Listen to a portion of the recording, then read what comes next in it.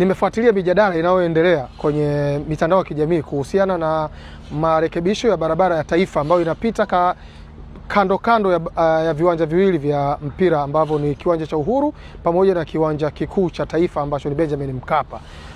Nimekuja kujionea kama ambavyo kwenye video nyingine itakuwa unaona hapo matengenezo ambayo yanaendelea kwenye barabara hii.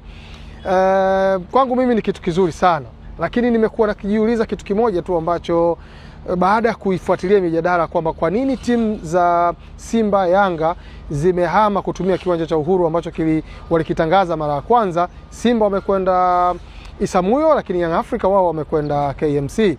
Na ukiangalia hapa ingiliki kwa sababu ya barabara hii kuwa inarekebishwa au inatengenezwa, matengenezo makubwa kabisa, ni kitu kizuri. Lakini nimejiuliza, uwanja wa Taifa na uwanja wa Uhuru umewahi kufungwa kwa muda mrefu, mara kadhaa uwanja wa Taifa ukifungwa. Uwanja wa Uhuru ulikuwa utumiki kabisa, yakafanyika marekebisho makubwa. Kwa nini wakati marekebisho yanafanyika yale makubwa isingekuwa ndio wakati sahihi pia wa kutengeneza hii barabara ambayo inaitwa barabara ya Taifa, inapita kando ya viwanja hivi viwili? Tungekuwa tumerekebisha barabara, tungekuwa tumerekebisha viwanja, kila kitu kingekuwa kimemalizika kwa wakati mmoja, na labda sasa hivi haya maneno ambayo yanaendelea mitandaoni tusingekuwa tunayasikia. Lakini wenye kujibu haya ni wizara husika pamoja na wale ambao wanahusiana na matengenezo ya barabara, labda na umiliki wa viwanja ambao ni serikali.